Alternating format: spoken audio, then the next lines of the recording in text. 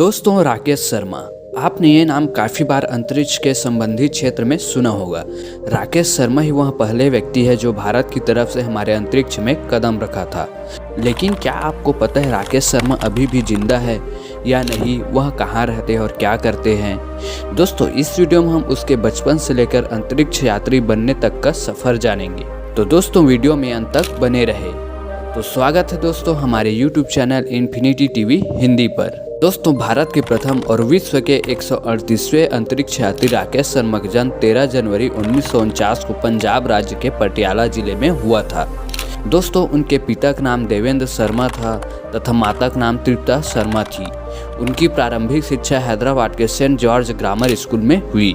दोस्तों, वो कहते हैं ना कि लक्ष्य की प्राप्ति तक मेहनत करते रहना चाहिए, जिससे सफलता आपके कदमों को चूमने लगे।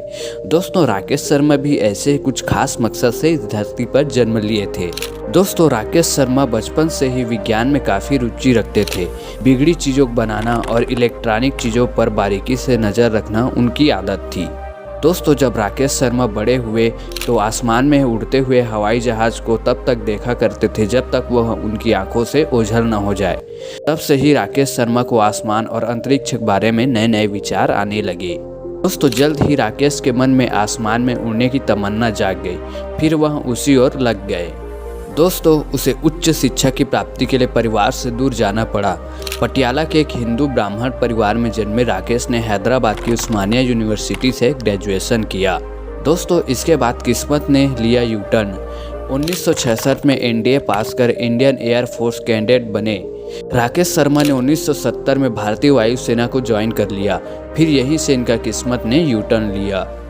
दोस्तों, राकेश शर्मा महज 21 वर्ष की उम्र में ही भारतीय वायुसेना में शामिल हो गए थे। मात्र 21 साल की उम्र में ही भारतीय वायुसेना में शामिल होने के बाद राकेश शर्मा आगे बढ़ते गए। दोस्तों, अब आता है 1971 साल। 1971 में भारत और पाकिस्तान का युद्ध चल रहा था, जिसमें भारतीय सेना अपनी पराक्रम की शौर्य गाथा लिख रही थी। इसमें राकेश शर्मा ने भी अपनी शौर्य गाथा दिखाई, जिसमें उन्होंने भारतीय सेना के लड़ाकू विमानों से पाकिस्तान के छक्के छुड़ा दिए। दोस्तों, राकेश शर्मा पाकिस्तान से युद्ध के बाद चर्चा में आए। 1971 के भारत पाकिस्तान युद्ध के दौरान राकेश शर्मा ने अपने विमान मिग एयरक्राफ्ट से महत्वपूर्ण सफलता हासिल की। इसी युद्ध के बाद से राकेश शर्मा चर्चा में आए और लोगों ने उनकी योग्यता की जमकर तारीफ की। शर्मा ने दिखा दिया था कि कठिन परिस्थितियों में भी किस तरह शानदार काम किया जा सकता है। दोस्तों, उस समय के मिग एयरक्राफ्ट को राकेश शर्मा उड़ाते थे, जिसे आज उड़ता हुआ कॉफिन भी कहते हैं। दोस्तों, इस लड़ाकू विमान को उड़ाना इतना आसान भी नहीं था, क्योंकि आए दिन इसमें क्रैश होने या टेक्निकल फॉल्ट आने का न्यूज़ आते रहता था। लेकिन फिर भी शर्मा जी ने इसको उड़ाकर अपना शौर्य दिखाया। दोस्तों, इसके बाद आता है साल 2 अप्रैल 1984। यह साल राकेश शर्मा और सभी भारतीयों के लिए गोल्डन ईयर से कम नहीं था, क्योंकि इसी साल राकेश शर्मा ने इतिहास रचा और हम सब भारतीयों को गौरवान्वित किया। दोस्तों, कैलेंडर की कुछ तारीखें इतिहास के स्वर्णिम पृष्ठों में हमेशा के लिए दर्ज हो जाती है। 2 अप्रैल 1984 ऐसी ही एक तारीख है जब कोई भारतीय पहली बार अंतरिक्ष में जाने में सफल रहा। दोस्तों, भारत के खाते में यह अनुपम उपलब्धि दर्ज कराने का श्रेय जाता है विंग कमांडर राकेश शर्मा जी को।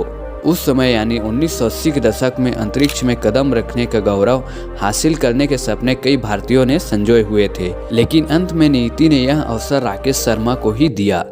दोस्तों, 1980 के दशक की शुरुआत में भारत सरकार ने सोवियत रूस के साथ मिलकर अंतरिक्ष अभियान की योजना बनाई, तो उसमें तय हुआ कि एक भारतीय को भी इस अभियान के लिए चुना जाएगा। दोस्तों, यह एक लंबी, जटिल और गहन प्रक्रिया के द्वारा इसके लिए योग्य उम्मीदवारों को चिन्हित किया गया। अंत में 2 उम्मीदवार चयन किए गए, एक राकेश शर्मा और दूसरे रवीश मल्होत्रा थे।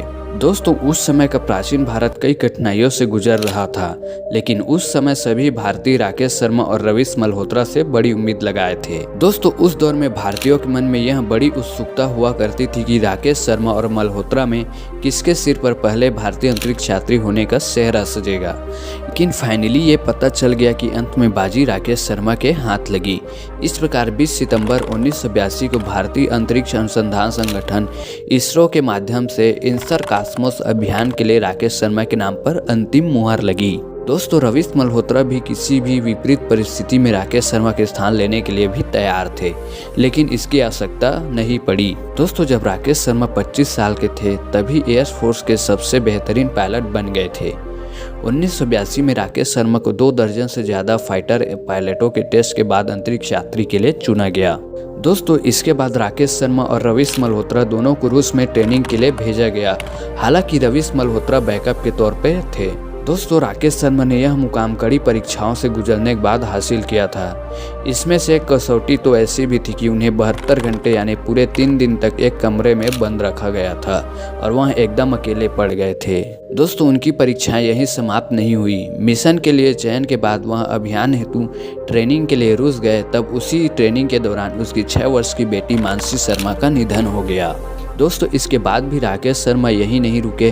उन्होंने इस कठिन परिस्थितियों से अपने आप को संभालते हुए रूस में ही कठिन ट्रेनिंग ली और उन्होंने स्वयं को अपने लक्ष्य पर केंद्रित रखा, क्योंकि पूरे देश की आशाएं उनसे जुड़ी हुई थी और उन्होंने उन उम्मीदों को टूटने नहीं दिया। दोस्तों तारीख आती है 2 अप्रैल 1984, जब राकेश शर्मा को अपने 3 सोवियत साथियों के साथ अंतरिक्ष के लिए उड़ान भरनी थी। दोस्तों तत्कालीन सोवियत संघ के बैकनूर से उनके सोयूज T-11 अंतरिक्ष यान के उड़ान भरते ही देश के लोगों की धड़कनें बढ़ गई और उसका अंतरिक्ष यान अंतरिक्ष में सफलतापूर्वक चला गया। दोस्तों अंतरिक्ष में राकेश शर्मा भारतीय भोजन को भी लेकर गए थे। उन्होंने मैसूर स्थित डिफेंस फूड रिसर्च लैब की मदद से ऐसा किया था। अंतरिक्ष में राकेश शर्मा ने सूजी का हलवा, वेज पुलाव और आलू छोले लेकर गए थे। उन्होंने अपने साथी अंतरिक्ष यात्री को भी खिलाया था। दोस्तों राकेश शर्मा अंतरिक्ष में अपने साथ तत्कालीन प्रधानमंत्री इंदिरा गांधी, राष्ट्रपति जय सिंह, रक्षा मंत्री वेंकट रमन और राजघाट की मिट्टी महात्मा गांधी की समाधि की तस्वीर भी ले गए थे। दोस्तों अंतरिक्ष में जाने वाले राकेश शर्मा 128वें इंसान थे और वह पहले भारतीय भी थे।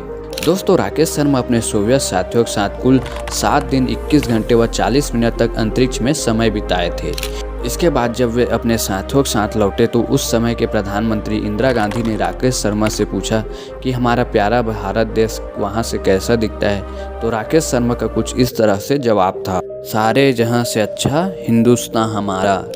लीडर राकेश शर्मा, सारे राष्ट्र का ध्यान आपके तरफ है और हम सब आपको बधाई देते हैं। ऊपर से भारत कैसा दिखता है आपको? जी मैं बगैर किसी झिझक के कह सकता हूँ कि सारे जहां से अच्छा। दोस्तों यह शब्द सभी भारतीयों के लिए गर्व की बात थी। उस समय राकेश शर्मा को रूस के सबसे बड़ी उपाधि से भी नवाजा गया था। दोस्तों राकेश शर्मा की इस बड़ी उपलब्धि पर भारत में भी उसे शौर्य चक्र से सम्मानित किया गया। दोस्तों इसके बाद राकेश शर्मा ने विंग कमांडर के पद से सेवानिवृत्त होने पर राकेश शर्मा ने हिंदुस्तान एरोनॉटिक्स लिमिटेड में परीक्षण विमान चालक के रूप में काम किया। दोस्तों अभी भी वर्तमान में बात करें तो वह भगवान की दया से एकदम सही सलामत है और वह तमिलनाडु में अपनी पत्नी व 2 बच्चों के साथ पूरी फैमिली कुन्नूर में ही रहते हैं और वहाँ वे एंजॉय कर रहे हैं। दोस्तों ऐसे पूरे भारतवासियों को गौरवान्वित करने वाले राकेश शर्मा की कहानी कैसी लगी आप हमें बता सकते हैं। वह राकेश शर्मा जैसे महान व्यक्ति के लिए एक लाइक तो बनता है। वह ऐसे और रोचक वीडियो देखने के लिए चैनल सब्सक्राइब भी कर सकते हैं। तो दोस्तों आज के लिए इन्फिनिटी टीवी पर इतना ही। मिलते हैं किसी नेक्स्ट वीडियो में, तब तक के लिए जय हिंद, वंदे मातरम।